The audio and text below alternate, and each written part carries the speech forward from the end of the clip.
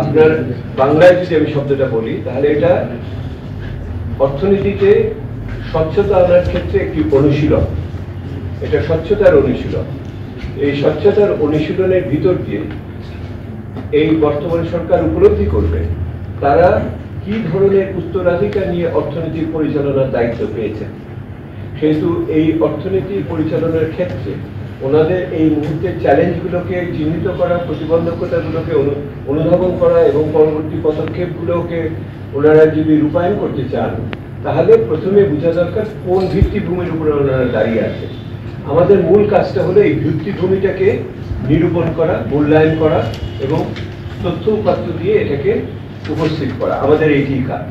তবে অনেকের কাছে কেমন একটা ধারণা হয়েছে যে এই কমিটি বোধহয় দুর্নীতি ধরার কমিটি। আমি আপনাদের কাছে পরিষ্কার বলতে চাই, এইটা দুর্নীতি ধরার কমিটি না।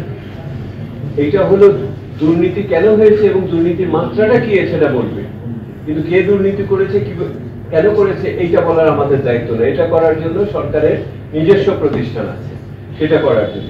আমরা এখানে বিশ্লেষক, নীতি বিশ্লেষক এবং সেইভাবে বা বিষয় বিশেষজ্ঞ হিসেবে আমরা মতামত দিব এটার কথার ভিতর। আপনার এটা পরিষ্কার থাকবে। আর যেটা আমরা বলার চেষ্টা করছি আর কি এই প্রক্রিয়ার ভিতর দিয়ে, সেটা হলো যে এই যে সমস্ত নীতিমালা চলছে সেই নীতিমালাগুলোর একটু আমরা মূল্যায়ন করব।